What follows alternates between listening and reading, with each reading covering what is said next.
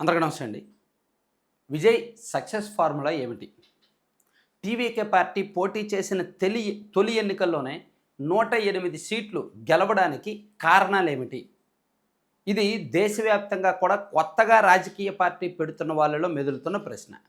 సాధారణంగా ఇప్పుడు కొత్తగా రాజకీయ పార్టీ అందులోకి తమిళనాడు లాంటి ప్యూర్ ద్రవిడ రాజకీయాలు, ద్రవిడ అభిమానం గ్రౌండ్ లెవెల్లో పాతుకుపోయిన రాష్ట్రంలో 2 బలమైన వర్గాలు, ఇటు డిఎంకే అటు అన్నా డిఎంకే దశాబ్దాల తరబడి రాజకీయాన్ని శాసిస్తున్నాయి. సో అటువంటి రాష్ట్రంలో పార్టీ పెట్టి సింగిల్ లార్జెస్ట్ పార్టీగా 107 సీట్లు గెలవడం అనేది సాధారణ విషయం ఏమీ కాదు. సో ఆయన అమలు చేసిన స్ట్రాటజీ ఇప్పుడు దేశవ్యాప్తంగా ఇతర పార్టీలు కూడా చూస్తున్నాయి. సో రాజకీయాల్లో ఎత్తుకు పై ఎత్తులు, వ్యూహాలు చాలా ముఖ్యం.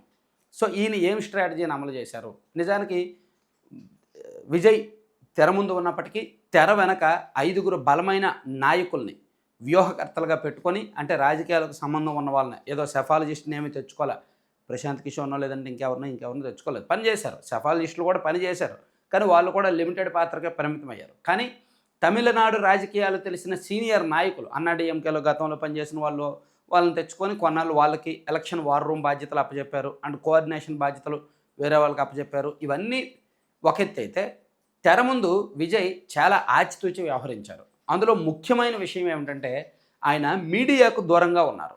మీడియాకు దూరంగా ఉన్న కారణంగా వివాదాలకు దూరంగా ఉన్నట్టుగా చెప్పుకోవచ్చు. మీకు తెలుసో లేదో కరూర్ తొక్కిసలాట ఘటన జరిగింది కదా, దాదాపుగా ఒక 8 నెలలు అయి ఉంటుంది. కరూర్లో ఆయన మీటింగ్కి వెళ్తే అక్కడ తొక్కిసలాట జరిగింది, భారీగా ప్రాణ నష్టం జరిగింది. ఆ తర్వాత విజయ్ కొన్నాళ్ళు ఆత్మరక్షణలోకి వెళ్ళిపోయారు. ఏదో జరుగుతోంది ఇంకా అంటే బయటకు వెళ్తే విపరీతమైన ఫ్యాన్ ఫాలోయింగ్, మాస్ ఫాలోయింగ్ ఉన్న వ్యక్తి బయటకు వెళ్తే ప్రభుత్వం సెక్యూరిటీ కల్పించలేకపోతే ఖచ్చితంగా తొక్కిసలాట జరుగుద్ది. కాబట్టి అక్కడే అలా జరిగినప్పుడు ఇంకా ఎన్నికల ప్రచారంలో తాను ఎలా పాల్గొనగలడు? మళ్ళీ ఆ తొక్కిసలాట జరిగితే తన పరిస్థితి ఏమిటి? సో అందుకు తను డిఫెన్స్లోకి వెళ్ళిపోయారు. ఆ ఘటన జరిగిన తర్వాత 2 నెలల పాటు బయటకు రాలేకపోయారు. అయితే చాలా చాకచక్యంగా వివాదాలకు దూరంగా ఉండాలి, సాధ్యమైనంత వరకు పబ్లిక్ మీటింగ్స్ తగ్గించుకోవాలి, అండ్ మీడియా ఇంటరాక్షన్స్ తగ్గించుకోవాలి. మీడియాలో మనం ఒకటి చెప్తే వాళ్ళు ఇంకొకటి చెప్తారు, అనవసరమైన కాంట్రవర్సీ క్రియేట్ చేస్తారు, టార్గెట్ చేసే అవకాశం ఉంది. కాబట్టి విజయ్ అనుసరించిన ఫస్ట్ వ్యూహం ఏంటంటే తక్కువ పబ్లిక్ మీటింగ్స్, తక్కువ మీడియా ఇంటరాక్షన్స్. కానీ తాను పెట్టిన పబ్లిక్ మీటింగ్స్లో స్పష్టమైన ఐడియాలజీ, అంబేద్కరిజం, సెక్యులరిజం అండ్ సామాజిక న్యాయం, మహిళా న్యాయం, మహిళలకు సరైన ప్రాధాన్యత ఇవ్వడం, యువత కష్టాలు తాను తెలుసు, వాళ్ళకు ప్రాధాన్యత ఇస్తాను, ఈ అంశాల మీద ఎక్కువగా ఆయన బలమైన డైలాగులు చెప్పారనమాట. చాలా ఎమోషనల్గా, చాలా అగ్రెసివ్గా, ఎక్కడ అగ్రెసివ్గా చెప్పాలో, ఎక్కడ ఎమోషనల్గా చెప్పాలో, ఎక్కడ ఎవరికి కనెక్ట్ అయ్యాలో చెప్పాలో అలా మాట్లాడారు. సో అవి అంటే ఆయన థాట్ ప్రాసెస్ ఏమిటి అనేది జనంలోకి వెళ్ళాయి. సో తక్కువ మీటింగులు పెట్టినప్పటికీ బలమైన స్పీచ్ ఇవ్వడం ద్వారా, బలమైన కంటెంట్ వదలడం ద్వారా అది జనంలోకి వెళ్ళేలా చేశారు. ఇది ఫస్ట్ వ్యూహం. తర్వాత ఫ్యాన్ క్లబ్స్ బాగా యాక్టివ్గా పనిచేసాయి. విజయ్ పార్టీ పెట్టింది 2024 ఫిబ్రవరిలోనే, కానీ దాదాపుగా 10 సంవత్సరాలకు పైగా గ్రౌండ్ లెవెల్లో విజయ్ ఫ్యాన్స్ జిల్లాల వారీగా కార్యవర్గాలుగా ఏర్పడి అనేక కార్యక్రమాలు చేస్తున్నారు. విద్య, వైద్యం, ఉపాధి కల్పన, ఇలా రకరకాల కార్యక్రమాలు అమలు చేస్తున్నారు. సో వాటికి రాజకీయ రంగు తీసుకొచ్చారు గడిచిన 5 ఏళ్ల నుంచి. విజయ్ ఫ్యాన్స్ సామాజిక సేవా కార్యక్రమాలు ఎప్పటి నుంచో చేస్తున్నారు, వాటికి రాజకీయ రంగు తీసుకొచ్చింది ఇటీవల. అంటే విజయ్ ఫ్యాన్స్ ఎవరైతే కార్యవర్గాలు ఉన్నారో వాళ్ళల్లో పొలిటికల్ ఐడియాలజీ ఉన్న వాళ్ళని తాను నాయకులుగా తీర్చిదిద్ది, తన ఒపీనియన్ ముందుగానే చెప్పి, సో తాను చేసే ప్రతి లబ్ధి, ప్రతి మంచి పని కూడా రాజకీయంగా ఉపయోగపడేలా జాగ్రత్తలు తీసుకొని గ్రౌండ్ లెవెల్లో అంటే చాలా ఫీల్డ్ లెవెల్లో చాలా ఏమంటారు దాన్ని, రియాలిటీకి వెళ్ళారనమాట. గాలిలో మేడలు కట్టుకోలే. సో మనకింత లక్షల మంది ఫ్యాన్స్ ఉన్నారు కదా, ఈ నోట్లు వచ్చేస్తాను గాలిలో మేడలు కట్టుకోలే.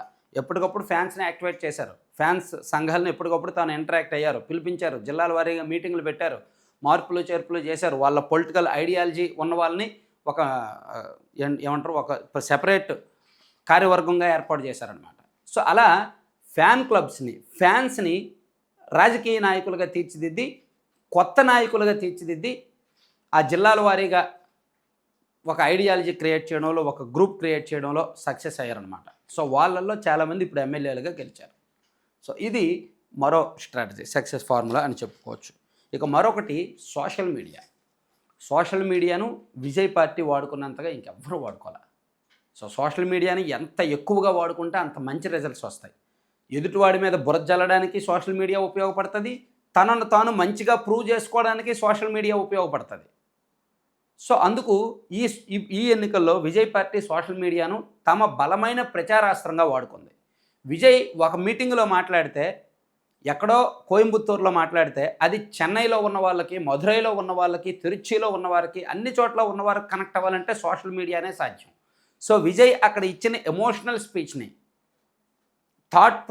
విజయ్ థాట్ ప్రాసెస్ని, ఆయన వాడిన డైలాగుల్ని సామాజిక మాధ్యమాల్లో పోస్టులు చేసి గ్రౌండ్ లెవెల్లో ఉన్న తన ఫ్యాన్స్ గ్రూపుల ద్వారా, కార్యవర్గాల ద్వారా అందరికీ రీచ్ అయ్యేలా ప్రమోట్ చేశారనమాట. సో సోషల్ మీడియాని మ్యాక్సిమం వాడుకున్నారు. అలాగే తమిళనాడు ఎన్నికల్లో కొత్తగా ఓటు హక్కు వచ్చిన వాళ్ళని తమ ప్రచారకర్తలుగా, ఇప్పుడు విజయ్కి ఫ్యాన్స్లో 18 to 35 ఏజ్ గ్రూప్ వాళ్ళే ఎక్కువ విజయ్ ఫ్యాన్స్లో. సో అందులో పొలిటికల్ ఐడియాలజీ ఉన్న వాళ్ళని గ్రౌండ్ లెవెల్లో వాట్సాప్ గ్రూపుల్లోనూ అండ్ సోషల్ మీడియా గ్రూపుల్లోనూ యాక్టివేట్ చేశారు. అండ్ విజయ్ ఇచ్చిన హామీలు కావచ్చు, ఈ నిరుద్యోగ భృతి ఇస్తానడం కానీ, 5 లక్షల ఉద్యోగాలు ఇస్తానడం కానీ, అండ్ కొత్త పరిశ్రమల విషయంలో విజయ్ ఇచ్చిన హామీలు కూడా ఎక్కువగా యూత్కి కనెక్ట్ అయ్యేలా ఇచ్చారు. అంటే కొత్త ఓటర్లని ఆకట్టుకోవడానికి, అండ్ యూత్ ఓట్ బ్యాంక్ని ఆకట్టుకోవడానికి, నిరుద్యోగ యువతని ఆకట్టుకోవడానికి, ప్రభుత్వం మీద వ్యతిరేకంగా మండిపోతున్న వారిని తన వైపు తిప్పుకునే క్రమంలో విజయ్ కొన్ని డైలాగులు వదిలారు, కొన్ని హామీలు ఇచ్చారు, అండ్ తనకున్న ఐడియాలజీ చెప్పారు. దాన్ని విపరీతంగా గ్రూపుల్లో వైరల్ అయ్యేలా సోషల్ మీడియా ద్వారా చేశారనమాట. అట్లా యూత్కి కనెక్ట్ అయ్యారు. ఇక అన్నిటికీ మించి మోర్ దాన్ 50% మహిళా ఓట్లు ఉన్నాయి తమిళనాడులో.